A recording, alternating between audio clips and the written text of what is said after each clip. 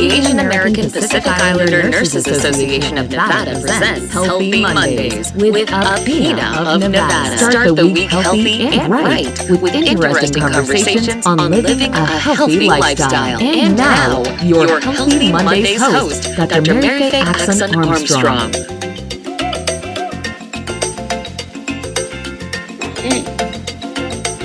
Aloha! Good evening. Magandang gabi po sa inyong lahat. Naimbag asardam. Maayong gabi sa inyong lahat. Haoli makahikiho. Happy New Year. Manigong bagong taon sa inyong lahat. Tonight is our first ever Healthy Mondays broadcast for the new year 2022. And for Chinese Zodiac, it's the year of the tiger. Roar!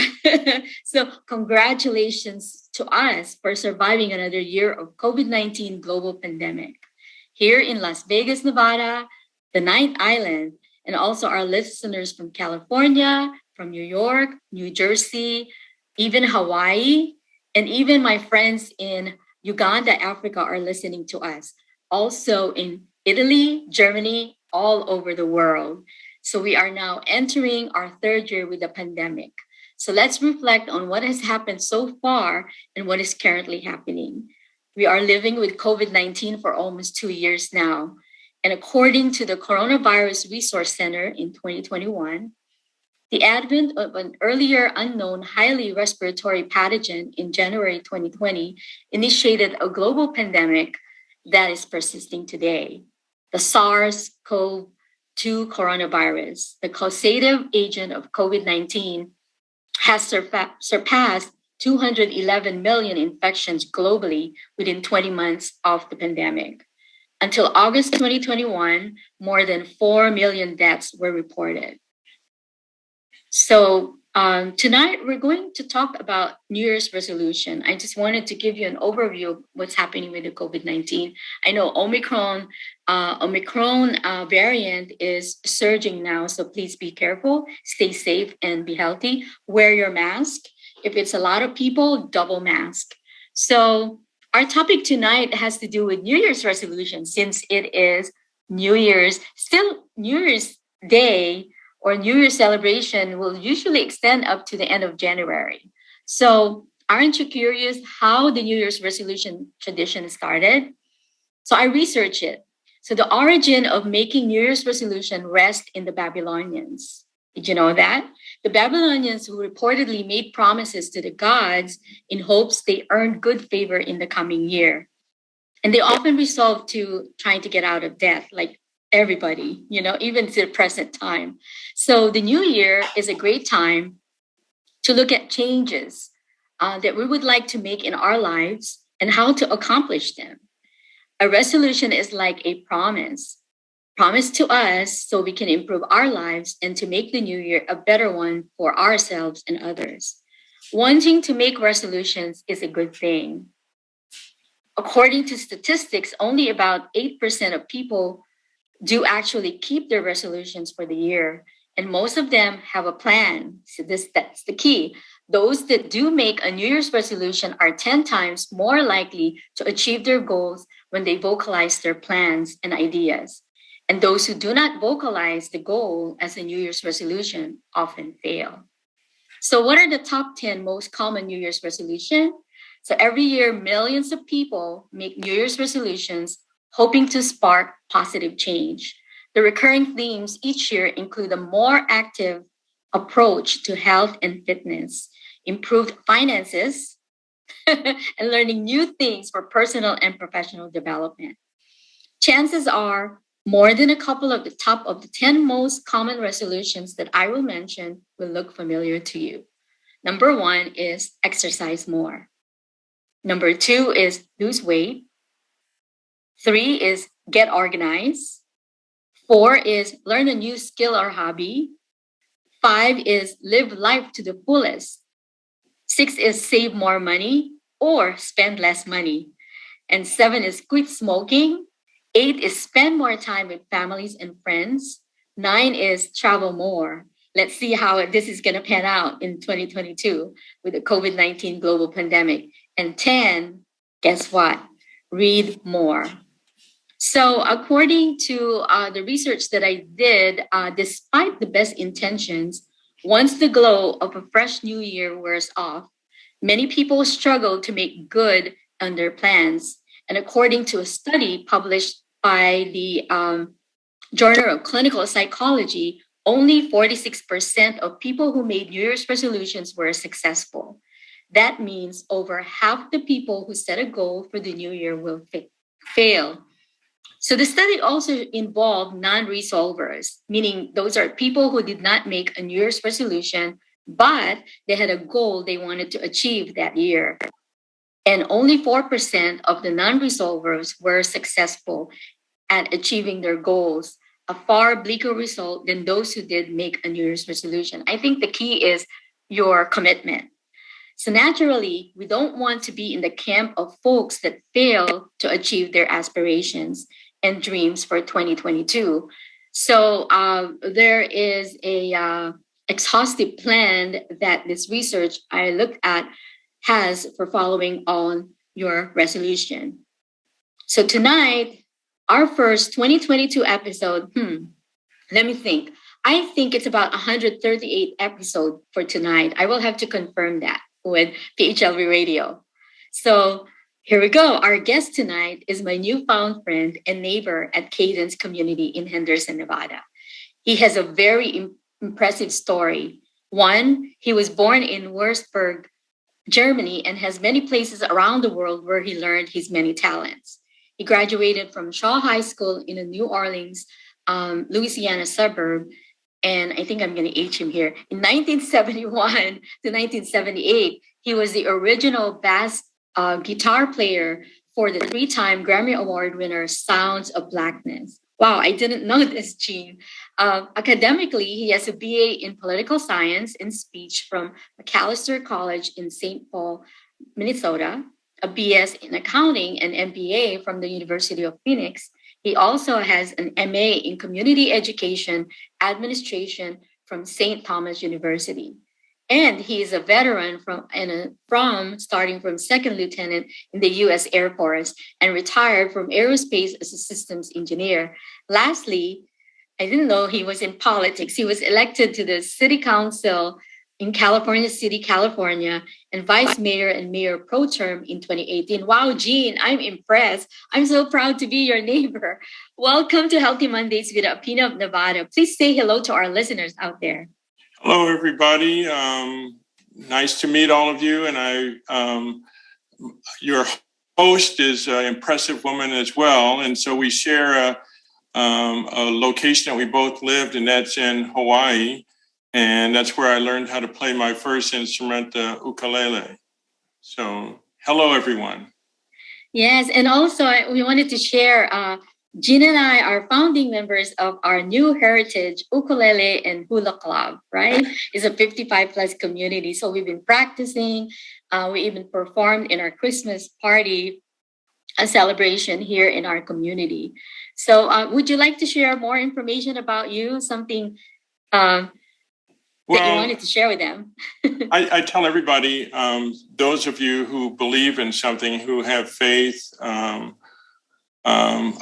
When I was 10 months old and we were living in Germany, we had maids in those days because it was easy to hire one. So we had one, and she was cleaning and left out the furniture polish, and I drank it. And they thought I was going to die. I had double pneumonia, and the doctor told my parents to make funeral preparations because I wouldn't make it through the night. But enough people from the base prayed for me, and I believe in the power of prayer. So they prayed for me, and I made it. Not only did I make it, but I'm around now, some 68 years later. So prayer does work, and you're listening to a miracle baby right here. Wow. Amen. Amen. Amen. God is not done with you yet. He has a lot of great plans. You know, Jeremiah 29:11. For I know the plans for you, says the Lord. Plans to prosper you and not to harm you. So very fitting. Thank you, Jean, for sharing that story. Miracle baby, miracle boy. I'm going to start calling you Miracle Boy. So back to our topic tonight, the New Year's resolution. I chose Gene to be our guest tonight because he has a lot of wisdom. You know, there's just like the story that he shared about him being a miracle baby. I think that it's so fitting that we start thinking about how to make ourselves better. That's what God wants us to do, to be better and better and not be stagnant, right? So the statistics that I mentioned earlier that I read is that you're going to be more successful with your New Year's resolution if you set the goal and you vocalize that this is what you wanted to do and this is your New Year's resolution. And I mentioned about the key is the commitment. You're committed to do the change. I was reading about the difference between change and transformation. Change is just like a very shallow change. But if you think about transformation, you're really making the change at the same time you're transforming into another better person. So I wanted to ask Jean to share with us about your experience in the military. I know you were mentioning about military and how your experience in the change that transform you into the successful and amazing neighbor that you are. Well, I think that the military did change me and did do a bunch of things to me, but I think the more thing that changed me more would probably be my grandmother, who taught school for. She graduated from college in 1919, and her husband was also a college graduate. He graduated in 1916, and at that time, you didn't have many Black families who had college educations, but my grandfather had, of the 13 kids in his family, all 12 of them had at least a bachelor's, and some of them had masters and PhDs and MDs. So my grandmother was married to somebody like that. Both of them were college graduates. And my grandmother instilled in my mother and instilled in us, if you get a 97 on a test, like, what's wrong? Do you need help? That one question or two questions that you missed, do you need to study more in that area? 97, you didn't settle at 97, you settled at 100. And you always strive to be the best. So I had that from my grandmother, who gave that to my mother, and my mother and father with us. 97 is not the best, 100 is the best. When I was in ROTC field training, I went and I didn't have a scholarship when I first got into it because it was paying for my master's degree. I got a scholarship to pay for my master's degree because St. Thomas is an expensive school.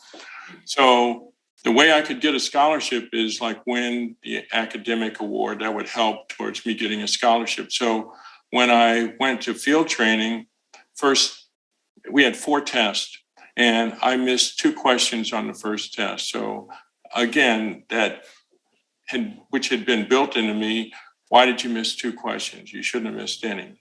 And there was a guy who missed 1. So I knew he was going to probably get the academic award. Second test, I missed 1. He missed 1. So he's missed 2 now. I've missed 3. The third test, I missed 0. He missed 1. So then we were tied. And in the last test, he missed 1 and I missed 0. So I actually got the award. But I've been really competitive in just about everything I do. I'm always competitive. I don't want to be number 2. I want to be number 1. So going into the military, going through the different schools that I went through, always want to be number 1. Don't want to miss any questions. And so that academic competitiveness has stayed with me. My daughter, when I was she's a Yale University graduate. And so when I was getting my MBA, she was saying, Dad, why are you working so hard on this paper? I said, Bethany, I want an A on the paper. Well, it's good. You don't need to do that. And I said, no, it's good for you, but not good for me. And I think I graduated with a 3.93, which I shouldn't have graduated with that. I should have had a 4.0. So I blame myself for not getting a 4.0. But she was saying, wow, why do you try so hard? So obviously I haven't instilled that in her. I've failed in doing that to her and my son. But, just I didn't get that from the military. The military reinforced it, but I got that, I think, from my family on trying to be number one in everything you do, trying to be the best at whatever you try and do. My father used to always tell us when we were young, when you work, you work. So, and when you play, you play. So in other words, when you're doing work or when you're studying, be the best that you can when you do that. And then when you play, be the best that you can when you play, have a good time. Don't sit there and not have a good time because you've worked hard. And so enjoy the fruits of what you've done. It truly, home is where the learning start. And I think the behavior that we set for ourselves and the attitude and our etiquette in at work in academia, right? Home is where it starts. It really, congratulations in winning that academic award. But it strikes me when you're mentioning about 97 is not good enough, and you're always aiming for the best. And I always tell my nursing students the difference between success and excellence. There's actually, I think I shared with you that poem by Christopher Parkening, who is a guitar, who plays the guitar. He's a professional guitar player, and he mentioned about the difference between success and excellence. Where success is you are comparing yourself to other people around you, the society, and excellence is comparing yourself to yourself and aiming for that excellence that we mentioned that really God wants it to be better and better, right? That's So great. yes, so I wanted to go down the line, and in between you can share your experience also. For our listeners out there, if you want to realize your New Year's resolution this year, there are 10 steps in the literature. I think part of this is from the Journal of Psychology. And the first step that you wanted to do is mentally prepare for the change. And it talks about here that changing ingrained habits, it is not an easy task. So before diving headfirst into your New Year goals, it is important to take a step back and get ready for that impending change. So you prepare for it. And I think your preparation for getting that award is you're looking at, if you missed the 3 points, what it is that you missed, and you prepared for it, right? And so the first breakthrough in change is taking a personal inventory. And that's exactly what you did. Being that it's the end of one year and the beginning of the next, it is perfect timing to take inventory in the past year's accomplishment. And there's 3 questions that this journal said. Number 1 is, what did I set out to do in the past year? So you're doing a reflection, what you set out last year. And then second is, where did I make progress? And the third is, where didn't I see progress? So naturally, the resolution would be to focus on areas that lack progress. But don't forget to savor the progress made, and find some small way to celebrate. And those happy feelings are useful if possible. And I think the one that they said is, start thinking about the changes you want to implement and make sure to do the following. Stay positive. I'm sure when you were studying, when you were getting ready for the next competition of that award that you got, that you have to stay positive.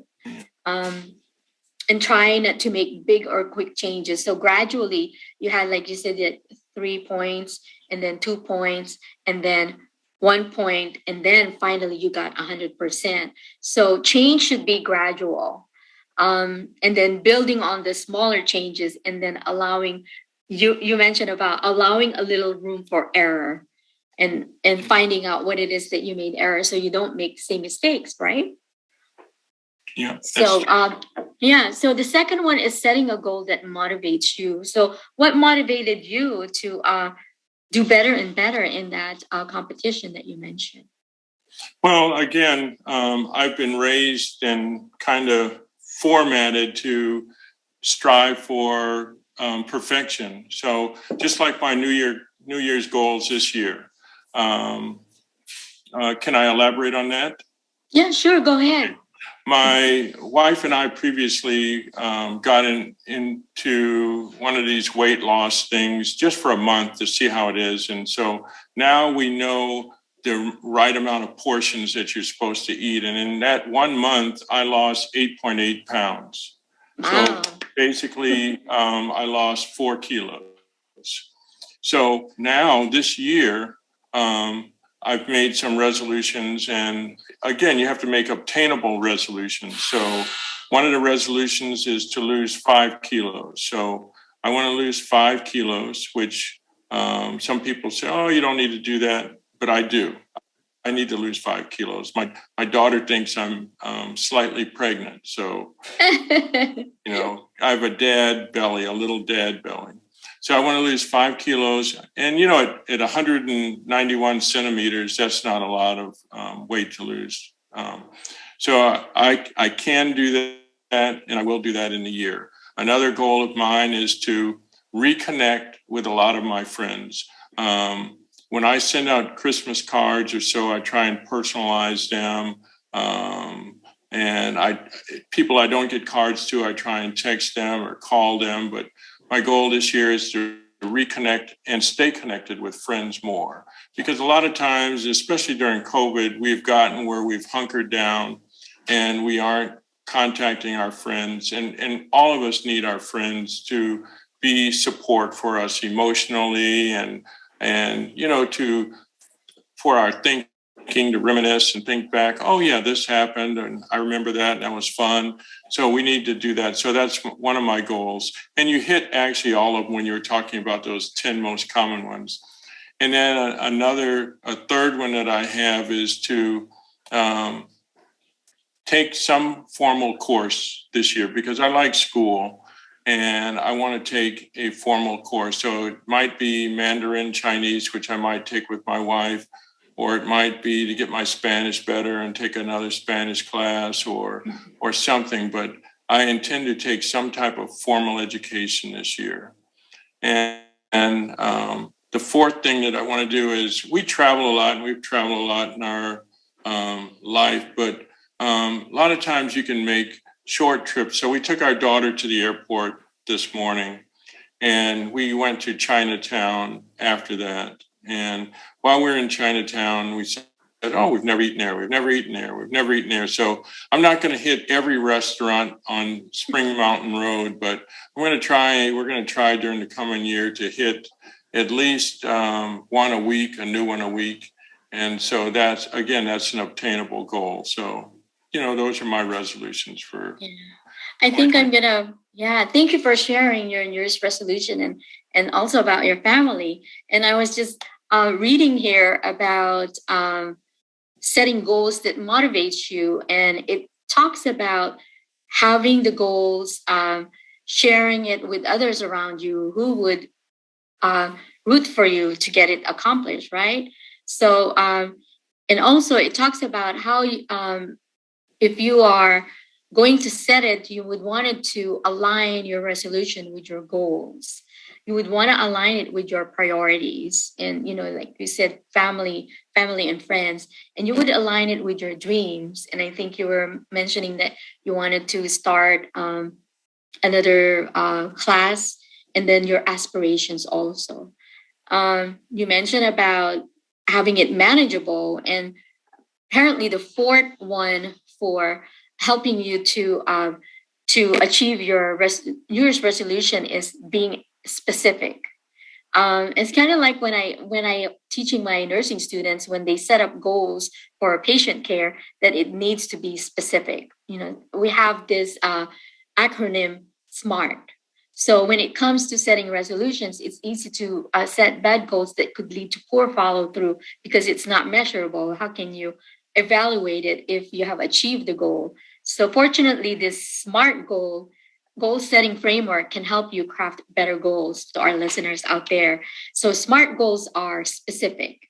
You have to articulate the resolution as clearly as possible. For example, quitting smoking is better than being healthy.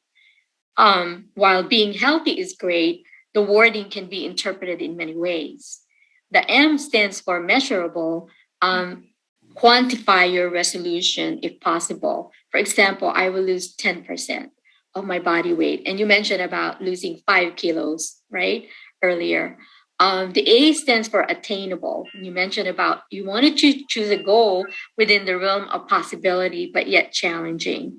And maybe making, for example, like making 100 friends this year would be amazing, but probably it's pretty hard to do, especially during the pandemic. On the other hand, making 10 new friends is doable. The R is stands for relevant, keeping it relevant to your priorities and goals. So just the motivation that I read earlier. And then T is time sensitive. So give yourself a time frame, like in which to achieve a goal. Maybe in 3 months, maybe if you wanted to lose the 5 kilos, then you divide it. Okay, I'm going to lose this much this month or every quarter. Putting a deadline will instill some urgency and provide a time when you can celebrate your success. Writing down the goals. Did you write down your goals? I think me, if I write it down, I have like a notebook or a diary, right? Well, I have a scale, so I know on the 5 kilos, and I'm very aware of that. And like I said, whenever my daughter visits me, she's a live reminder of Dad, how much do you weigh? And look at your tummy, So I have her as a reminder, and she normally visits about every 2 months because she lives not far away. And so, but the other ones, like I said, I'm going to pester my wife on taking the Mandarin class with me. We've already talked about it because she speaks Cantonese and she understands some Mandarin, but if we take that together, it'll be good. And the other ones, like I said, I really am trying to, and there's one other thing. You talked about the 10 goals, but I'm going to try and read more. Now, I read a lot, but I read technical stuff. One smart friend of mine told me that if you read a book a month, it's good. Smarter people read 2 books a month. And if you're really smart, you're reading 3 books a month. And the very top people read a book a week. And this gentleman, who's a friend of mine, he reads a book a week. And he says it doesn't have to be, it can be in just about any field, but he says you have to read. And what reading does is it makes sure that your English is good. It makes sure that your vocabulary is good. It does so many things. And just like if I read music, I can read music. So if I read music, I'll go and I'll say, wow, I never thought of playing that way, or wow, he's playing a C major and he went from the C to the G to the E to the G and back to the C. I never thought of doing that, so those are things that reading makes you do, makes you knowledgeable of other things. And it also keeps you not academic, but it does, because it increases the knowledge that you have in different fields if you read all kinds of books. So helps with the memory too. Oh yeah. Yeah. So it doesn't have to be. And I'm into reading ebooks now. I know there are people who want a book in their hand, but I am into reading ebooks. So it's the future. It's now going to be the future. Thank you for sharing that. Here it says, share your resolutions with others. And there is like a quote here. It says, if a tree falls in the forest and no one is around to hear it, does it make a sound? So it's great to make a resolution for yourself and maybe even write it down, like I was mentioning earlier. But if no one else knows about it, it's easy to forget or about it or even ignore because no one is reminding you, just like your daughter. And when you don't achieve it, no one will notice, or no one will even care, because they don't know that that's your goal for yourself. But on the flip side, your counterparts who decided to tell someone about their goal feel something different. Now that they've gone public with their goal, they feel a sense of obligation and accountability and that commitment. And it's essentially, if you don't follow through, they are going to let everyone down. So crazy as it sounds, this sense of guilt is often more powerful than self-motivation. The upshot here is that when you do succeed, the people you shared with will celebrate with you. So if you want to take a goal sharing to the next level, you could organize a mastermind group. So I can tell already your mastermind group is your daughter and your wife, right? Oh, yes, but I said it to you now, and so you're going to say, Gene, Yeah. you're not losing that 5 kilos, so it looks like you're gaining. Yeah, you're falling off the wagon. Yeah. And then it says here, a mastermind group is a collection of highly motivated people who share a common goal and are looking to encourage and help each other improve. And then it also says here how to do it is: one, find some kindred spirits with similar goals. And then two, meet regularly, like weekly or monthly, depending on the level of commitment. And three, share setbacks and progress. So then you don't feel you're alone, and then you can help each other figure out how you can get back on the plan. And then number four is stay motivated. And if you don't have the time or inclination to do the above, another way to achieve the same result is to make a Facebook post declaring your intentions to all your friends. And you can bet people will cheer you on and ask about your progress over the course of the year. Isn't that amazing? That's good. Yeah.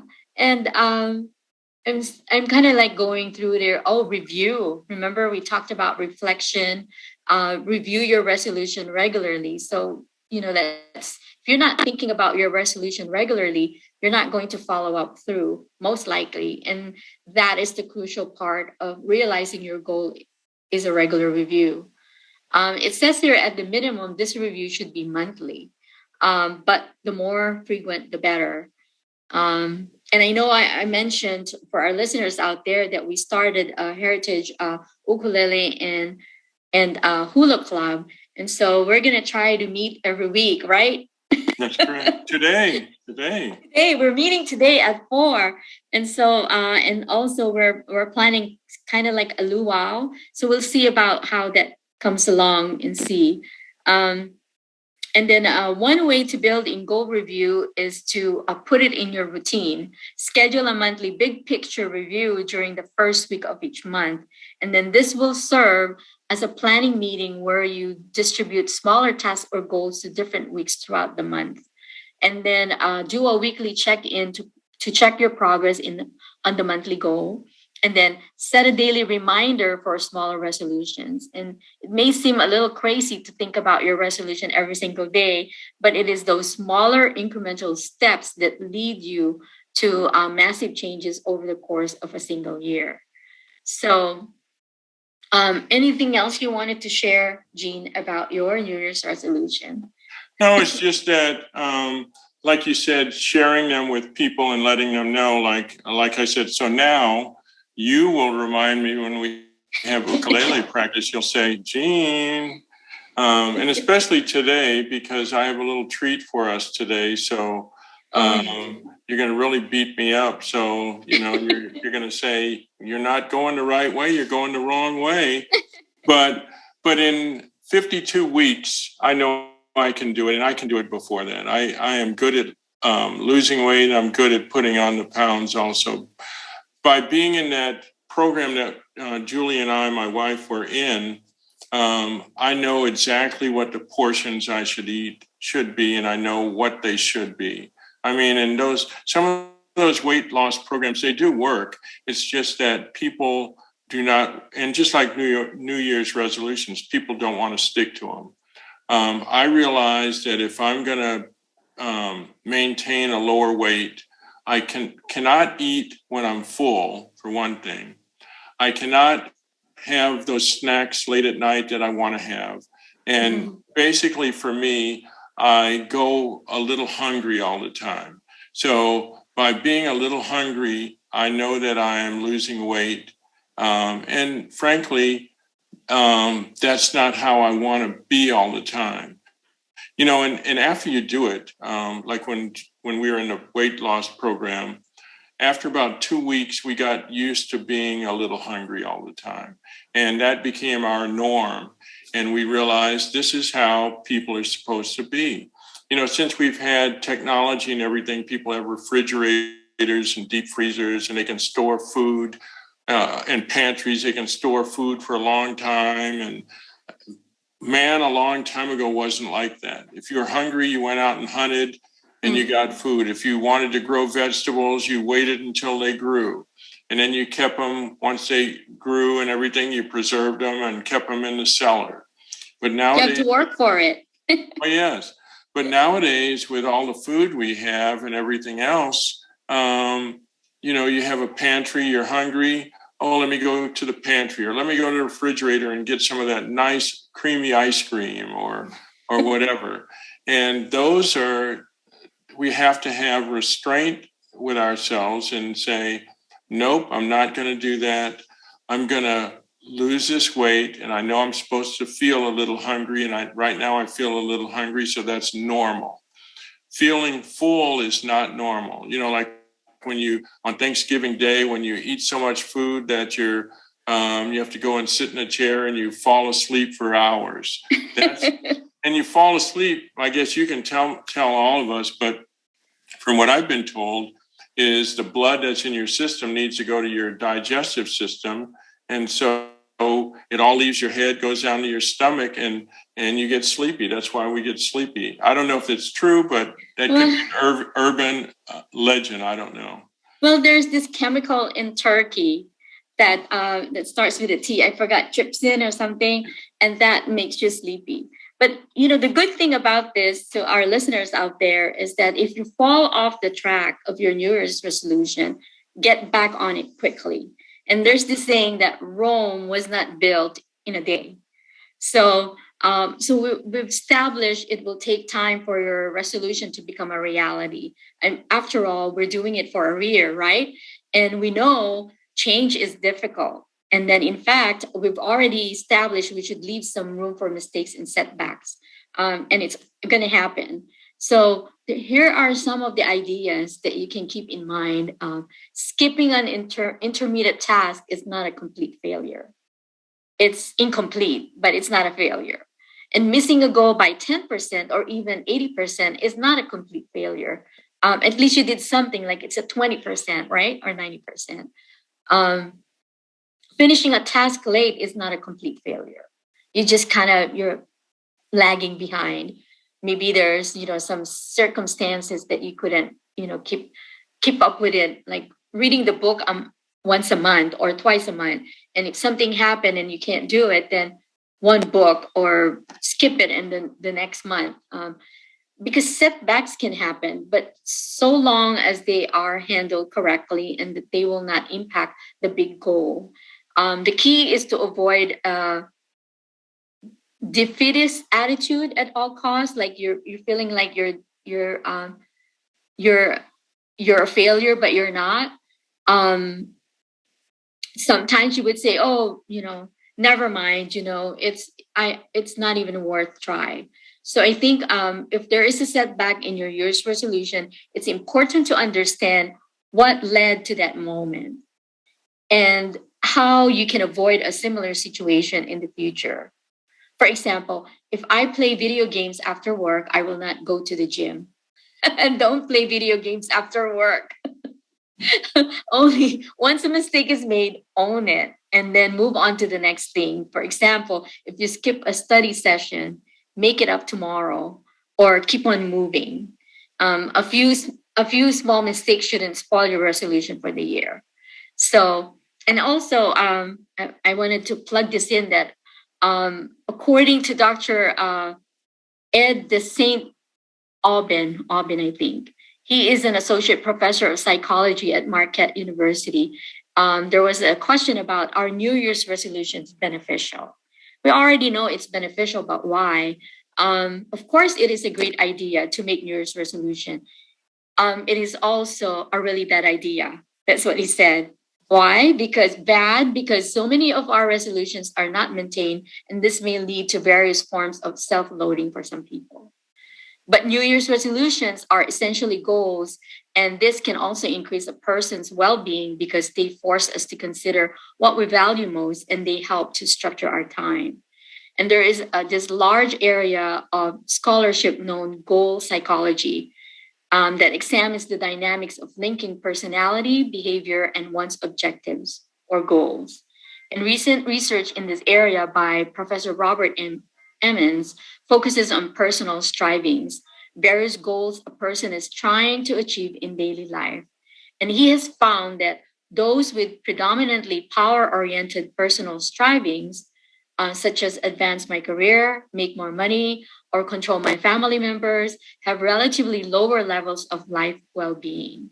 He also discovered that folks with high levels of subjective well being, meaning those who perceive themselves as experiencing lots of positive emotions, less personal striving centering on the sacred, like try to spend more time in prayer, remembering to be grateful for all that God has given me, and acknowledge the beauty and mystery in my relationship with others. And studies conducted by McAdams, I think, and others have shown that psychosocially healthy adults, I consider myself a psychosocially healthy adult, those with a solid balance of self worth, who felt meaning in life, social integration, and loved by others, have personal strivings stemming from generativity. This is a desire to nurture younger people and to create a world that benefits future generations. I think that is, I guess for me personally, that's demonstrated by my desire to help those nursing students who are going to be our future professional nurses.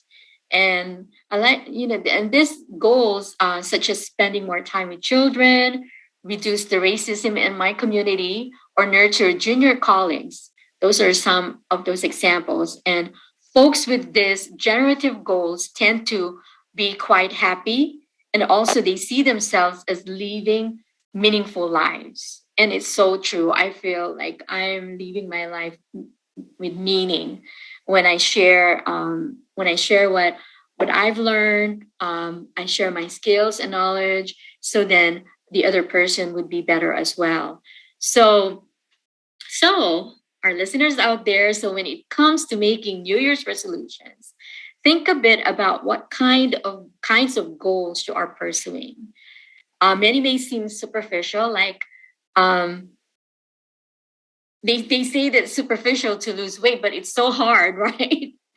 And, or managing debt better, that's fine. So go ahead and work on these goals. But the thing is, allow yourself to think big as well. Thinking about what do you value in life? What provides you with meaning? What kind of world do you want to live in? And the suggestion is you use your New Year's resolution ritual as time of both reflection. What worked well in my life this past year, and of values clarification. And our resolution should be congruent with what we most value, with those experiences that give our lives meaning. Wow, look at the time, Jean. I know. It went by. It's really nice talking to you on Zoom or in person. We're gonna be having our ukulele practice in about a couple of hours from now. But I wanted to thank you for allowing or agreeing to be our guest tonight. Thank you. Healthy Mondays, yes. So thank you. And then maybe when you start learning Mandarin, you can come to the show again and speak to our Mandarin population who's listening to us who can speak. 谢谢你. There you go. Time flies when we're having fun. So would you like to give words of wisdom to our listeners out there about New Year's resolution? Probably that no matter, as you spoke earlier, if you don't achieve the goal right away, just keep trying. I was in testing when I was in the military, and so if we do tests with an airplane and say you have 3 tests to do and the weather gets bad and you get low on fuel and you can't do the 3rd test, you go back and you land and then you go and do it again. So, using myself on the 5 kilos, if by November I'm only down 4 kilos, I know I have a month to lose a kilo. And, and certain times a year, Valentine's Day, 4th of July, Thanksgiving, I might get off the wagon, but, I get back on. So any New Year's resolutions that you have, any goals that you set, just make sure that if you make some setbacks, you can always go forward, and you can get your friends involved with you, and I think that they'll be obtainable. But again, just make sure that you can obtain them. Like my New Year's goal is not to win the lottery, the 500 million that somebody won the other Saturday. It's not like that. But, if I have obtainable goals, they can happen. And again, use your family and friends as support system, and just realize none of us are perfect. And if we have to, if we get 80% or 90% or 95%, that's fine. And, you can still keep going until the end of the year. And if at the end of the year, you wind up with 98%, hey, 98% is still very good. Wow, thank you, Jean. Excellent words of wisdom coming from you. So, again, time flies when we're having fun. That's my cue. So I hope that you start thinking about, if you haven't done it, start thinking about your New Year's resolution. And remember that even though you are kind of falling off the wagon, I must say, think about that choo-choo train. I can do it. I can do it. I can do it. Right? So again, thank you for joining us tonight here at Healthy Mondays with Upina of Nevada. I wanted to thank, again, Jean, thank you for being our guest. I wanted to thank PHLV Radio for allowing us to have this platform to share to our listeners out there how to keep themselves healthy. And so remember, every Monday is a Healthy Monday. Aloha. The Asian American Pacific Islander Nurses Association of Nevada has just brought you Healthy Mondays with Apina of Nevada.